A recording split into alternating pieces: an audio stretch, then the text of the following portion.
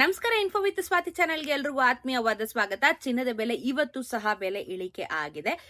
But ನಿನ್ನೆ ಮೊನ್ನೆ ಅಷ್ಟು ಮೇಜರ್ ಆಗಿ ಎಕ್ಸ್ಪೆಕ್ಟ್ ಮಾಡಬೇಡಿ. ಬಟ್ ಒಂದು ಲೆವೆಲ್ ಅಲ್ಲಿ ಇವತ್ತು ಚಿನ್ನದ ಬೆಲೆ ಕಮ್ಮಿ ಆಗಿದೆ. ಸೊ ಕಮ್ಮಿ ಮೂರನೇ ದಿನ ಸತತವಾಗಿ ಇವತ್ತು ನಮಗೆ ಚಿನ್ನ ಮತ್ತು ಬೆಳ್ಳಿಯ ದರದ ಕಮ್ಮಿ ಆಗ್ತಾ ಇರುವಂತದ್ದು. ಸೊ ಈ ವಿಡಿಯೋದಲ್ಲಿ ಇವತ್ತು ಎಷ್ಟು ಕಮ್ಮಿ ಆಗಿದೆ, ಏನ್ ಕತೆ ಎಲ್ಲಾನು ತಿಳಿಸ್ಕೊಡ್ತೀನಿ. ಅಂಡ್ ಚಿನ್ನದ ಬೆಲೆ ಮುಂದಕ್ಕೆ ಕಮ್ಮಿ ಆಗುತ್ತಾ ಅನ್ನೋದ್ರ ಬಗ್ಗೆನೂ ಸ್ವಲ್ಪ ಚರ್ಚೆಗಳು ನಡೀತಾ ಇದೆ. ಅದ್ರ ಬಗ್ಗೆನೂ ನಿಮ್ಗೆ ನಾನು ಇವಾಗ ಈ ವಿಡಿಯೋದಲ್ಲಿ ತಿಳಿಸ್ಕೊಡ್ತೀನಿ. ದಯವಿಟ್ಟು ಚಾನಲ್ ಸಬ್ಸ್ಕ್ರೈಬ್ ಮಾಡ್ಕೊಂಡು ವಿಡಿಯೋನ ಕಂಟಿನ್ಯೂಸ್ ಆಗಿ ವಾಚ್ ಮಾಡಿ.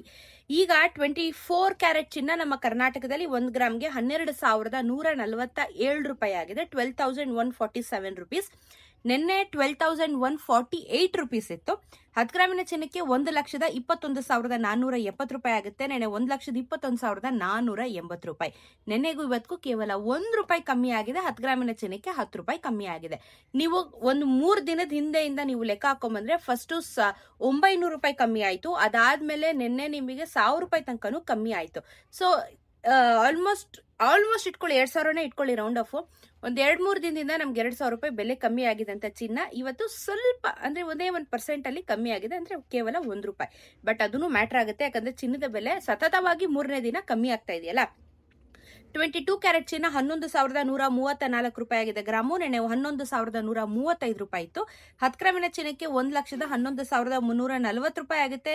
ನಿನ್ನೆ 1,11,350 ರೂಪಾಯಿ ಇತ್ತು. ಇದು ಸಹ 1 ರೂಪಾಯಿ ಕಮ್ಮಿ ಆಗಿದೆ. 10 ಗ್ರಾಮಿನ ಚಿನ್ನಕ್ಕೆ 10 ರೂಪಾಯಿ ಕಮ್ಮಿ ಆಗಿದೆ. 18 ಕ್ಯಾರೆಟ್ ಚಿನ್ನ 9,110 ರೂಪಾಯಿ ಇದೆ ಗ್ರಾಮು. ನಿನ್ನೆ 9,111 ರೂಪಾಯಿ ಇತ್ತು. 10 ಗ್ರಾಮಿನ ಚಿನ್ನಕ್ಕೆ 91,100 ರೂಪಾಯಿ ಆಗುತ್ತೆ. ನಿನ್ನೆ 91,110 ರೂಪಾಯಿ.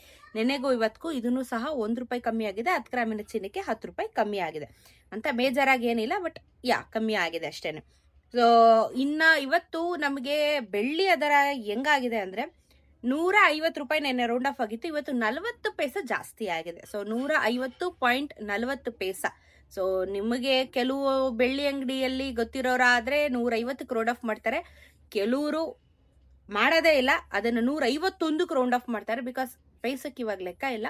ಸೊ ನಮ್ಮ ಹತ್ರ ಕರೆನ್ಸಿ ಇರಲ್ವಲ್ಲ ಪೈಸಾಗೆ. ಸೊ ಅವ್ರು ಏನ್ ಮಾಡ್ತಾರೆ, ಅದನ್ನ 150 ಕೆಲವರು ರೌಂಡ್ ಆಫ್ ಮಾಡಿದ್ರೆ ಕೆಲವರು 151ಕ್ಕೆ ರೌಂಡ್ ಆಫ್ ಮಾಡ್ತಾರೆ. GST ಮೇಕಿಂಗ್ ಮತ್ತೆ ವೇಸ್ಟೇಜ್ ನ ನೀವು ಆಡ್ ಆನ್ ಮಾಡ್ಕೊಂಡು ನೀವು ಕ್ಯಾಲ್ಕುಲೇಟ್ ಮಾಡ್ಕೊಂಡು ಚಿನ್ನ ಮತ್ತು ಬೆಳ್ಳಿನ ಖರೀದಿ ಮಾಡಬೇಕು ಅನ್ನೋದು ನಾನು ಹೇಳೋದು. ಯಾಕಂದ್ರೆ ನಾನ್ ನಿಮಗೆ ಹೇಳೋದು ಇವತ್ತಿನ ಮಾರ್ಕೆಟ್ ವ್ಯಾಲ್ಯೂ ಅಷ್ಟೇನೆ. ಮಾರ್ಕೆಟ್ ವ್ಯಾಲ್ಯೂ ಮೇಲೆ ನಿಮ್ಗೆ ಅಡಿಷನಲ್ ನೀವು ಏನ್ ಮಾಡಿಸ್ಕೋತೀರಾ, ಎಷ್ಟು ಗ್ರಾಮ್ ಮಾಡಿಸ್ಕೋತೀರಾ ಅನ್ನೋದ್ರ ಮೇಲೆ, ಚಿನ್ನದ ಅಂಗಡಿಗಳ ಮೇಲೆ ನಿಮ್ಗೆ GST ಮೇಕಿಂಗ್ ಮತ್ತೆ ವೇಸ್ಟೇಜು ಇನ್ಕ್ಲೂಡ್ ಆಗಿರುತ್ತೆ. ಅದನ್ನ ಗಮನ ಇಟ್ಕೊಂಡು ನೀವು ಚಿನ್ನನ ಖರೀದಿ ಮಾಡಬಹುದು. ಸೊ ಸತತವಾಗಿ ಕಮ್ಮಿ ಆಗ್ತಾ ಇದೆ. ಇನ್ನು ಬಹುಶೇಕಡ ಕಮ್ಮಿ ಆಗುವಂತ ಲಕ್ಷಣಗಳು ಇದೆ ಅಂತ ಹೇಳ್ಬಿಟ್ಟು ಎಕ್ಸ್ಪರ್ಟ್ಸ್ ಗಳು ಹೇಳ್ತಾ ಇದ್ದಾರೆ.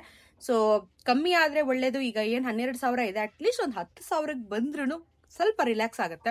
ಬಿಕಾಸ್ 12,000 ತುಂಬಾ ಜಾಸ್ತಿ ಆಗಿದೆ ಈಗ ಸದ್ಯದ ಪರಿಸ್ಥಿತಿಯಲ್ಲಿ. ಅದೇ GST ಮೇಕಿಂಗ್ ಎಲ್ಲ ಸೇರಿದ್ರೆ ಬಹುಶೇಕಡ ನಿಮ್ಗೆ 1 ಗ್ರಾಮ್ 12,000 ಆಗುತ್ತೆ. 22 ಕ್ಯಾರೆಟ್ ಚಿನ್ನಾನೆ.